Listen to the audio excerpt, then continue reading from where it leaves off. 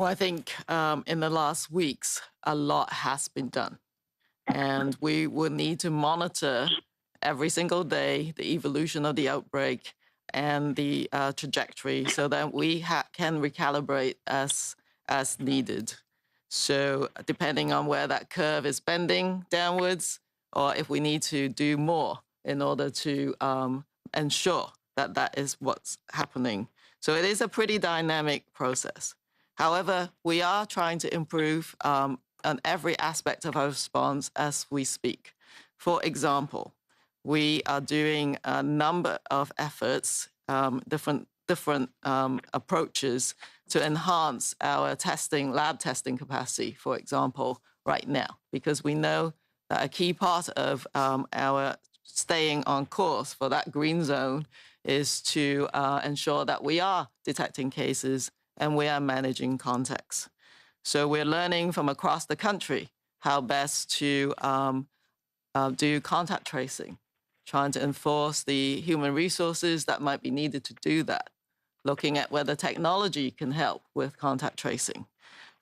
These are all happening right now and supporting people in self-isolation. And so, but the short question is, yes, we will continue on all of these fronts to just make sure that we stay on course, but we really got to look at this dynamic situation every single day as we speak.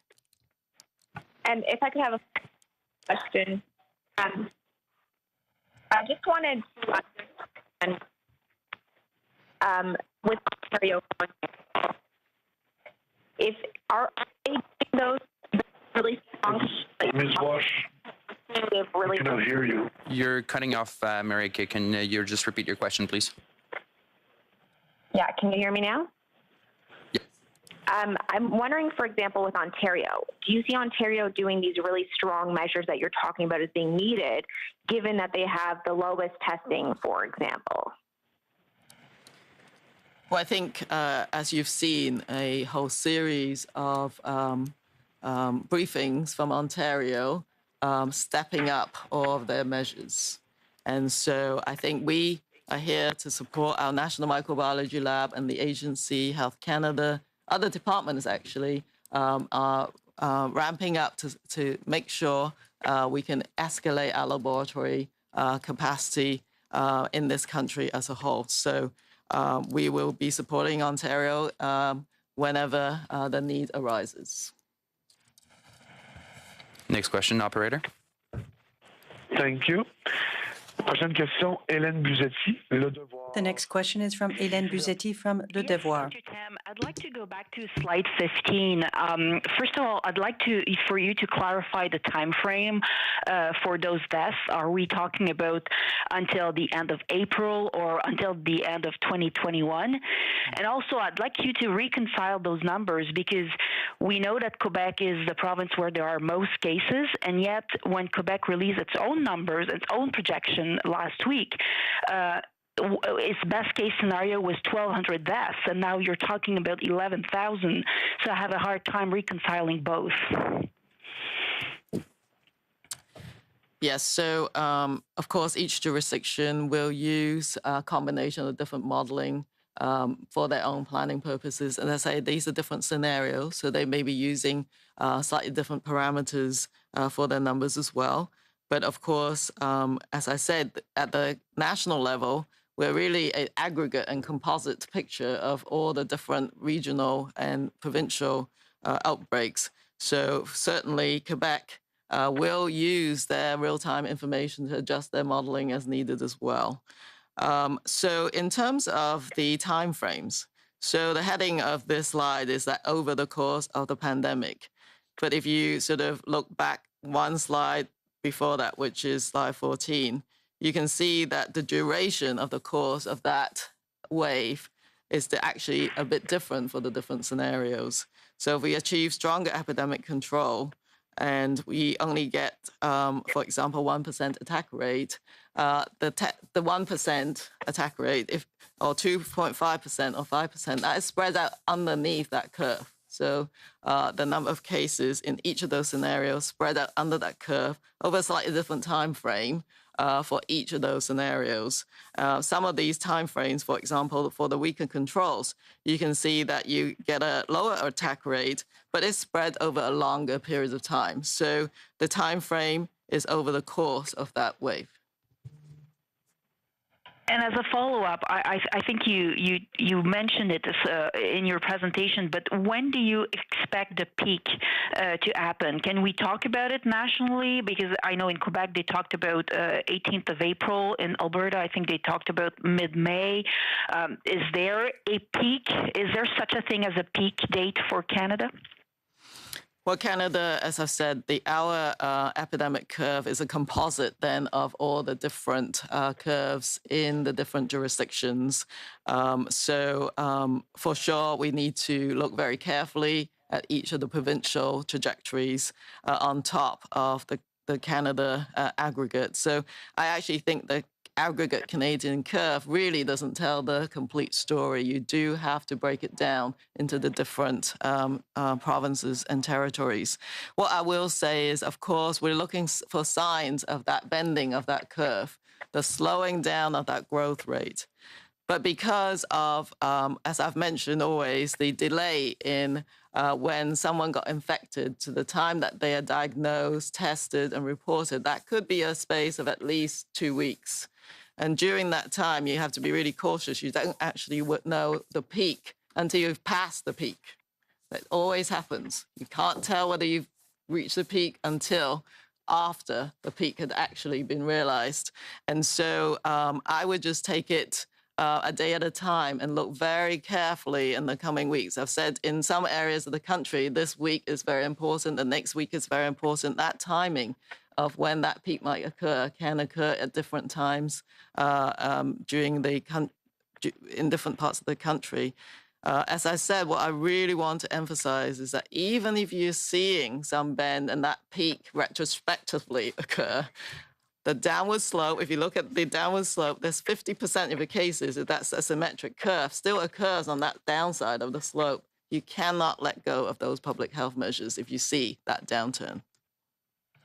Thank you, Doctor. Next question. Thank you. Merci. The next question is John Edison, the National Post. Your line is open.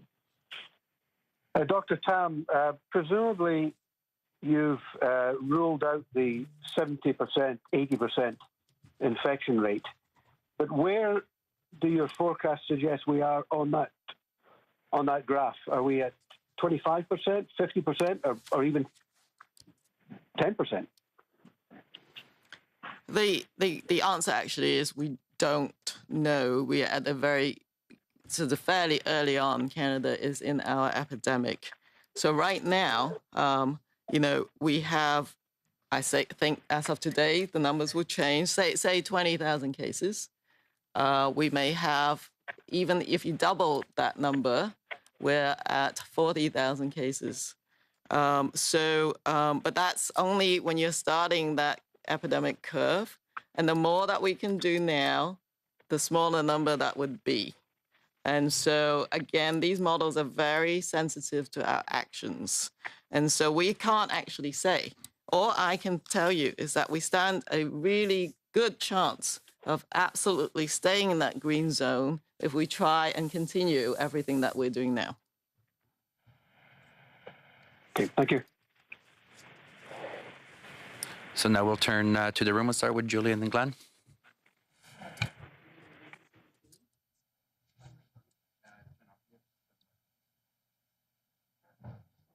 Sorry. Okay, here we go. Sorry, Julie Van Dusen, CBC.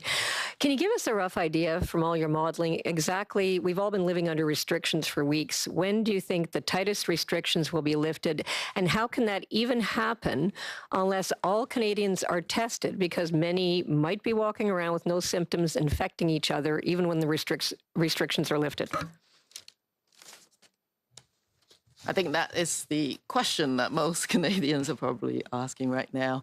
So again, we don't know if we've reached a peak anywhere in Canada as yet. So it is too early to tell. And we've got to really look very carefully day by day at where the trajectories are going in different parts of the country. We will not know that we've passed the peak until retrospectively we will know. On the downward side on the curve, we cannot let go of any of our public health measures. The moment you release anything, the chains of transmission is going to ignite. So you're going to have to get that initial epidemic to die out, to stamp it out. And so at the end of which, things have to be recalibrated. So as I said, we are going to look towards countries that have gone before us to learn, if they are beginning to relax their measures, what they might be doing and learning from their experience. At the same time, I think right now is a period of time when across the country we're coming together to say, well, how do we determine the effectiveness of our public health measures? How do we determine the potential negative consequences of the measures that we've already taken? And then how do we very cautiously potentially lift some of them, depending on our data and what that shows at that time? All I can say is that it will be a very cautious approach because right now the population is susceptible. So anything that we do must not reignite another chain of transmission. So, I can't be extremely precise with the timing of that. But again, everything that we do now will shorten that period of time. So doctors, your message has been for days now, stay in your bubble. And we know not everybody's staying in their bubble, including anecdotally, we hear boyfriends going to see girlfriends that live at different houses and so on. This weekend's going to be a huge test. We're heading into a holiday weekend. Do you have any advice? What will you be doing? People are going to want to get out of their bubbles and go into other people's bubbles. It is difficult for everyone living in Canada. We're not used to some of these behavioral changes we're asking every Canadian to take. But I think if you can put in that image in your head of what could happen, the really severe consequences that can happen if we don't all do our part.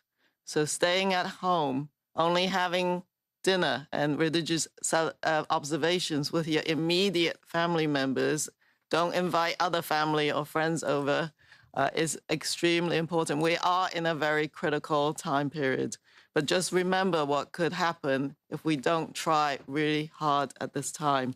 And I think practicing physical distancing outside as the weather improves, people will be wanting to go out, but maintaining that 2-meter distance. Of course, I think there's some innovations. There are different innovators with applications, for instance, that tries to nudge people to do the right thing. Feedback from a number of studies, for example, even the Google study that shows a reduction in mobilization movement of people, I think should be a great stimulation to say, look, Canadians, we've done actually pretty well. We've restricted movement quite a bit just based on what Google has been telling us in terms of mobile phone and movement data, for example, but we can do better. And so studies like those helps us sort of look at them and go, okay, well, we can reduce our movement and stay at home as much as possible. But it is a matter of life and death, really. And when I say, we are the authors of our fate, this is something that is really serious, and every Canadian should do our utmost. And we know we can. We're a resilient group of people. We want to protect others. So I think, everybody will be doing their best. I'll just add to that sort of a personal example from myself. We're going to have a virtual Easter. I have 3 children. One's in Ottawa. She's a university student. She knows she's out there. And she hasn't been living at home with us since this began. And my 2 boys are in Quebec. They're in Montreal, actually. So we have lots of great video conferences, and we'll plan to have a virtual Easter over dinner, over a webcam. Pardon me? Of course it's hard. We're used to having family gatherings. It's a great tradition that we have, and I think lots of families across Canada. But we know that these are extraordinary times. My children understand that. My partner, myself, we're in our own bubble at home, and the kids, they recognize they need to be in their bubble. Thank you, Glenn. Glenn McGregor, CTV News. On chart 15, it specifies the number of deaths only for two scenarios between 2.5% infection rate and 5%. Just wondering if you think that's the range we're in now. So those are kind of based on what we're doing. That's the best and worst case scenario if we keep doing what we're doing now. And secondarily to that, in the very best case scenario of a 1% infection rate, is that attainable? And if so, if you use that same death rate, that would still mean 4,400 deaths by my calculation. Is that kind of the absolute best scenario? Again, all of these scenarios are scenarios, and they're very sensitive to the action that we have right now. I think the 2.5 and 5% is the sort of mid-range of that best, strongest epidemic control scenario as an illustration of the kind of numbers that you will get if you put these scenarios through this range. And I think, looking at 2.5 to 5%, it's just, they are just scenarios. But I think looking at those range helps planning from a health system perspective. I think that attack rates or the percentage of populations infected beyond those ranges will mean that the health system will find it really difficult to cope. So what we want to do is to stay under that kind of trajectory. Okay. These models are based on what death rate exactly? Because that's kind of a guess because you don't know the total number of people who are infected, correct? So I wonder if you could talk about how that rate was calculated and whether or not you factored in Canada's level of healthcare compared to somewhere like China or other places in Asia that may not have as good intensive care systems. Yes, so the dynamic model that we talked about will input a variety of those factors, the mathematical calculations, and different ranges of sensitivity around each of those numbers. And even our case fatality, or what we call the sort of crude case fatality at this time will vary. And I have to point out that on the epidemiology slide, I did say that a great proportion of our deaths, unfortunately, are linked to long-term care facilities.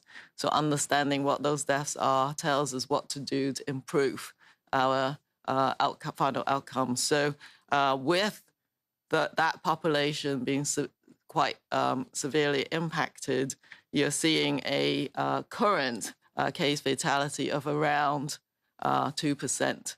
But the modelers, some of whom are on the phone, will have parameters and sensitivity and a range that will input to give us some of those measures. Yes, so if you're seeing clusters concentrated in older population, you're going to see a higher fatality. If you look at the Canadian population in a more homogeneous way, of course, that may reduce that. So the models will look at the dynamics of transmission as well. I don't know if Dr. Ogden will want to add anything. Well, I would just note that those models and the specific parameter in terms of death rate are informed by international studies and work in Canada by our modelers at the Public Health Agency and the network of experts across the country they work with from both provinces and territories and academia. Thank you, Maura. Yeah, thank you, Maura Forrest, Politico. I just wanted to get back to this question of 11,000 to 22,000 deaths. I just want a bit more clarity about how we should talk about these numbers. These are the numbers we're all going to latch on to because they're the only numbers that you've provided here. We're all going to report those numbers. So how do we write about those? Is that sort of the most likely scenario at this point? Is that the most optimistic scenario at this point? Like, why did you only provide those figures? Well, I think we can certainly provide a whole range of figures. These were selected in the middle of that strong epidemic control range, but also to illustrate how severe the outcome could be in those scenarios, even if we, of course, put in a lot of strong epidemic control measures. And where we end up in that range will, again, depend on the actions that are taken. So they are there to illustrate what the output is for the 2.5% attack rate, or the percentage population infected, and the 5% population infected. And as I've said, that is actually over the course of that whole epidemic wave. The other kind of modeling that particularly happens at the provincial level is to model the shape of that wave and look at that very peak of that curve, because you want to make sure your health system and all of its measures are below that peak. So that's how we interpret it. But as you can imagine, it's not that difficult to sort of project it. In the bars, you can't really read very well, but they do give you that whole range of numbers as you sort of move up the curve if you actually slide yourself across to that y-axis. But this is used as illustration. But as I said, round about that 2.5% population infection rate is the point at which the healthcare system could be very pressured in terms of its response. So, looking at that range is actually quite important. And you also mentioned that the rate of growth is slowing. Does that mean that we are successfully flattening the curve right now? Well, I think all chief medical officers are trying to be extremely cautious about the interpretation, because it doesn't take much if someone relaxes or don't perform as well in some of those public health measures.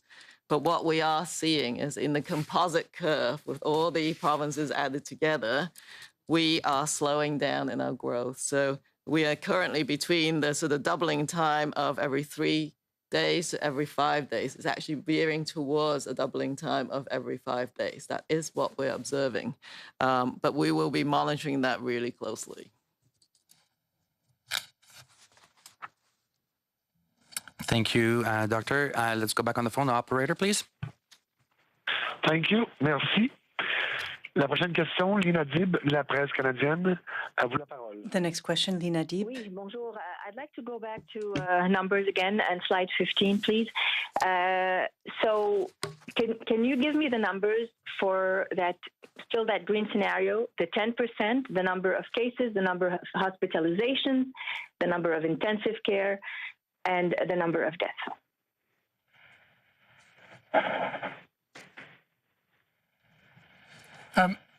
We can certainly provide those numbers for those stronger epidemic control scenarios. I would just emphasize that in looking at this, it's important to remember, as Dr. Tam noted, that we have strong epidemic control measures in place, that we want to stay in the lower range of the green zone with those stronger epidemic control measures. And we are the authors of our own fate in terms of taking collective action to ensure that we guide that future to the best possible outcome. So can I have the numbers, please? I'm still waiting for the numbers. Can you give the numbers? And can you tell me if you consider that now we are in this green zone of controlling the epidemic? So can you give me the numbers for the 10%? Because I can calculate the percentage of cases, but I can't infer the hospitalization numbers or the intensive care numbers or the deaths. We will certainly work to provide those numbers in a very short term. We can follow up with you after, Lina. Mais voyons. I thought this was the briefing. This is what this is supposed to be for. It's Dr. New. Maybe I can answer that. Is that certainly with our modelers, there's a wide range of parameters that go into the modeling, as you can appreciate. That it's very sensitive depending on what kind of sort of percentages you put in. So, for example, we're looking at attack rates. So over the whole course of the epidemic, we're estimating in a best case scenario that 1% of the Canadian population will become infected. So if you look at the Canadian population of 37 million, obviously you see that the figure there would be about 376,000. And of course, we estimate that over quite a number of months, not all at once. So that could be over even a year or so if we do our best efforts and continue our public health measures like physical distancing. If you're looking at hospitalization, there's quite a wide range. I could give you a figure. It's a certain percentage. If you look at the data we have to date, it's quite a bit lower. I would certainly about 6-7% or so is a kind of estimates we've seen and the data that gives us a rough idea of what we might expect. And then, of course, data from around the world, plus our own experience in Canada, shows us what kind of percentage or what the number of people that might end up needing an ICU bed, and of course, in the worst case scenario, a ventilator. But you can see that in Canada, we don't have that much data yet that's reported up to national level. And so the data is very sensitive, and therefore, not to, let's say, give you numbers that could change the next day and also alarm people unduly. Where we're still, in a sense, at this point, getting the data from the provinces. We recognize there's a delay, and maybe at a future point, we'll be able to give you more precise figures. But that's the nature of modeling. So just to help you do all of us do some simple arithmetic. If you see the 2.5 to 5%, you're multiplying those numbers by 2. So you can imagine if you want the 10%, what you do, for example, hospitalization. For the 10% scenario, you multiply 146,000 by 2. So that will be like 292,000. So that is how we will be able to give you those numbers. Does that help? Yes, thank you. Thank you.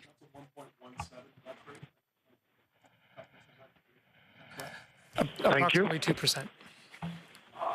Thank you. Next question. Merci. La prochaine question de Christian Noël. The next question, Christian Noël, Radio-Canada. Good morning, everyone. Now, I understand the situation, but Canadians want to understand what's going on as well. What is your best assessment? When will the peak occur based on the various models? What is your best estimate of that? And how long will physical distancing measures be required? The graph appears to indicate a year. Could you give us something precise for Canadians? So the peak and the physical distancing time frame. Merci pour la question. Voici Dr. New. Dr. New, thank you for the question. It's difficult to predict when the peak will occur. With an epidemiological curve, we can only know when we've reached a peak once we start seeing the downward trend. After the peak, we can look and say, and realize, in fact, that we have hit the peak and are on the declining part of the curve. So it's difficult in that regard. But we can predict that if we do our best in terms of physical distancing, the first wave may end in the summer. So that's number one, question number one. With respect to the downward curve, 50% of the cases can occur after the peak. So it's important to keep in place the public health measures, physical distancing, etc. We can't give up after the peak. We can't say, okay, we're on a downward part of the curve. We can start getting together again. And no, that's an important point to mention again. We also showed that after the first wave, we expect some smaller subsequent waves as well. So it's, in fact, because the epidemic in Canada isn't like one big epidemic. There are lots of smaller local epidemics in each province. So what that means is that it all depends on what's happening in the provinces and territories. In the future, one province, for example, may be able to put in place measures to relax some public health controls with respect to physical distancing, perhaps a little earlier than another province or territory, because they're at a different point in their curve as well. The journalist.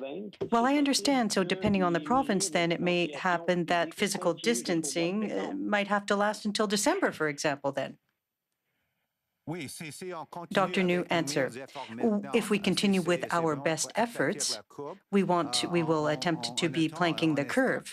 We hope, in fact, that the first wave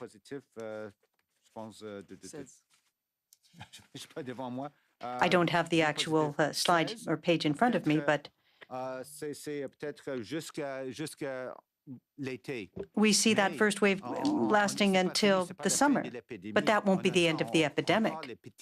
We expect subsequent smaller waves. And so that's why it's difficult to say nationally on such and such a date, we'll be able to set aside these measures, public health measures that we put in place in the provinces and territories. Nationally speaking, it's a composite of all of the information from the provinces and territories. So if we're talking about Quebec, for example, we have to ask Quebec authorities what is happening there. They've given us some predictions. But for the people of Quebec, they need to stay the course and to look at what happens in the weeks to come. Question. So these physical distancing measures may last until December then? Answer by Dr. New. The physical distancing measures are in effect in each province and territory, and it's up to each province and territory to monitor their epidemics very closely. If it becomes clear that we are on the downward side of the curve, we may be able to relax some measures, but it will be up to the provinces and territories and their health authorities to make a determination as to when that can occur. It's also very important to have a monitoring system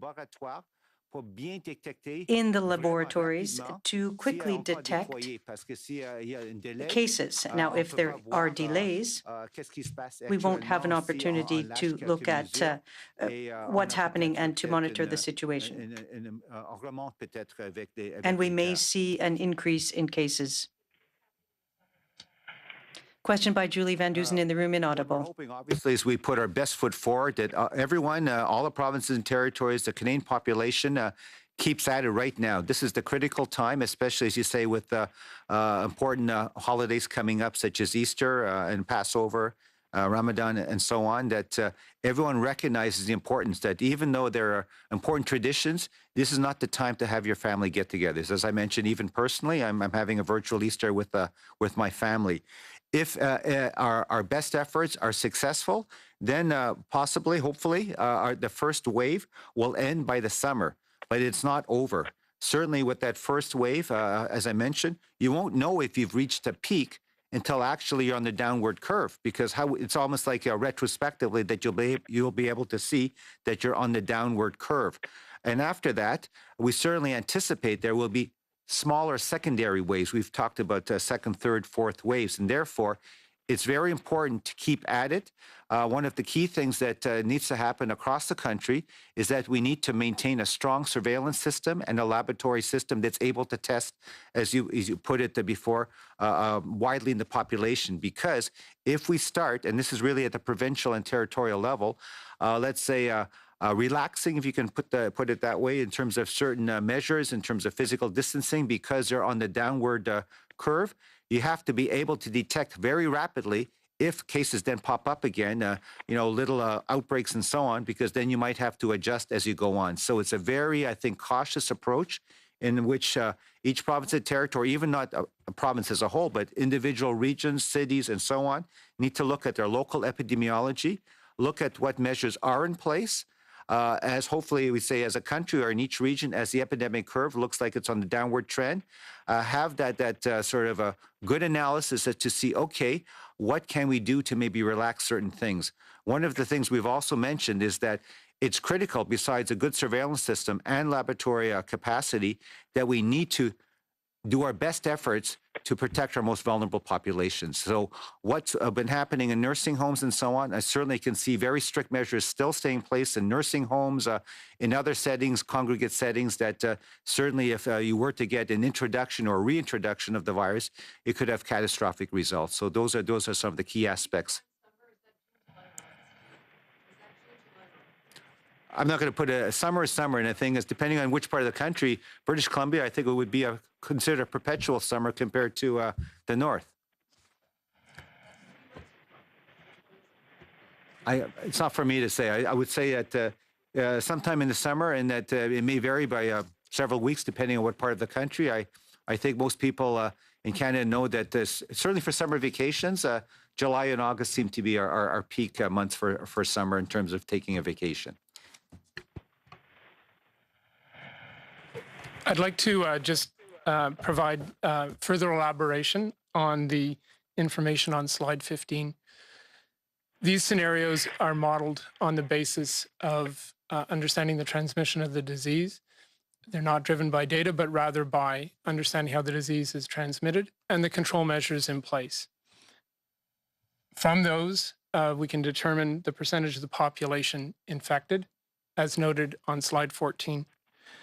With that, we can mathematically determine, based on information obtained internationally and in Canada, as I'd noted, the number of hospitalizations, the number of potential people in ICU, and the number of deaths.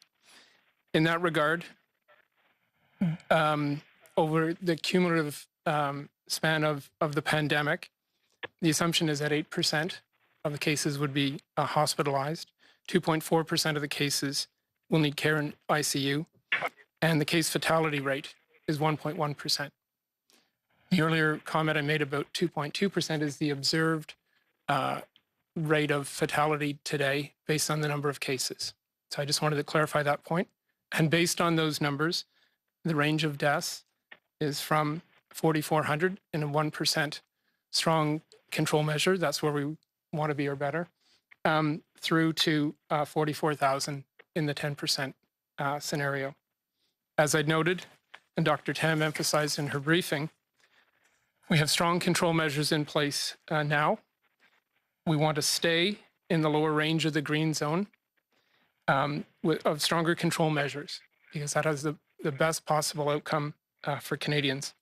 And indeed, we are the authors of our own fate, and the actions that we will take collectively will work to help keep us in the green zone to the best possible outcome. Thank you. We'll do one last question on the phone, operator. Thank you. Merci. The next question, la prochaine question de Mélanie Marquis, La Presse. The next question from Mélanie Marquis from La Presse. Please go ahead. Dr. Tam or Dr. Arnoux, can you speak to the Quebec curve, how it seems to be much more a problematic situation over there? How can we explain that that the numbers are so much starker in Quebec than in the rest of the country? Yes, so I think you're speaking to slide number 7. Hold on. Yes. Is that correct? Yes, I am. Yes. Mm-hmm. So, so in terms of Quebec, there may be a range of factors. One is that, of course, Quebec is testing a lot of people. At some point in this trajectory, as you can see, there was quite a sharp increase as the testing also accelerated. We know Alberta and Quebec are testing at a very, very high rate, and so are a number of the other jurisdictions as well. But they are experiencing a different outbreak to others. For example, they experienced the March break earlier than the rest of the population at a time when people were still taking vacations overseas. Right now, we have advised against all non-essential travel, and with a lot of other travel measures and advisories and the prevention of foreign nationals, for example, is coming to Canada. So I believe that some of those dynamics, like the March break returnees, also contributed to Quebec's, upward trajectory at that time. So I think it's a combination of the actual epidemiology and the transmission in that province, together with testing strategies. But the key is that you can then observe, once things stabilize, you can observe that curve and see what happens to it. So each individual curve you can then follow and see what that slope might look like over time. C'est Dr. New, seulement pour aussi ajouter que ce que Dr. Tam a dit. Dr. New, replying, Quebec has done a good job to test its population. We know that with epidemiological curves, they reflect tested cases, cases that have been identified, and Quebec has done a very good job identifying cases, testing. As was pointed out by Dr. Tam, their March break was earlier than it was in other provinces and territories. Follow-up question from the journalist. Dr. New, I'd like to go back to the duration, if you will, of physical distancing. It could last until December then, based on my understanding. Dr. New, reply. Now, as I said earlier, if everyone and people in Quebec continue to maintain physical distancing and the other public health measures, if they follow the recommendations from public health in Canada and in Quebec as well, in the province, we expect the first wave to last until the summer. But clearly, at that point, the epidemic will not be over. We expect some small waves to follow that. So this is a matter that the authorities will have to monitor, following their epidemics very closely, monitoring the changes. They may be able to relax some measures as they await the smaller subsequent waves, but it is critical to have a good tracking and monitoring system and a lab system to quickly identify new outbreaks in that scenario.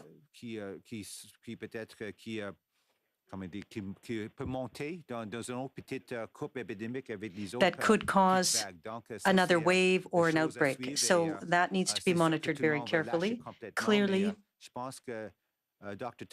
as Dr. Tam and I have said, we agree with the other chief medical officers in the provinces. We need to proceed cautiously based on scientific data. The journalist, then you're talking about the end of the summer then? Go ahead. Reply, Dr. Tam. Well, you can see on the slide that the first wave, with our best efforts maintained, we hope that the first wave will end, or we can see that it will last until the summer. Question from Julie Van Dusen in the room, inaudible. It's difficult to say because every province and territory, even at a very local level, has their own, what we call their own epidemic. So depending, let's say, for example, if you were, let's say, in a community, I'll exaggerate the point, that has a very, I say, a high proportion of seniors and maybe quite a number of nursing homes, the way you might go forward in terms of the measures that you might either keep in place or sort of slowly relax would be much different from, let's say, another part of the country where maybe the communities are more spread out. Maybe the population density is different. So there's so many factors in play that's difficult to say in general, especially at the national level. Oh, yes, at this state, all of Quebec or all of Ontario or whatever province, Alberta, et cetera, could let go of measures in totality, because you really have to do it at a very, I say, granular or local level. Thank you. This is all the time we had for today. Please note of the next press conference at noon today. C'est tout le temps qu'on avait pour aujourd'hui. C'est ce qui m'a fait un briefage technique. La prochaine conférence de presse au point de presse. The next press conference will take place at noon today. Thank you. All right, lots of information there. We have just been listening to the projections and modeling figures about the COVID-19 pandemic from Canadian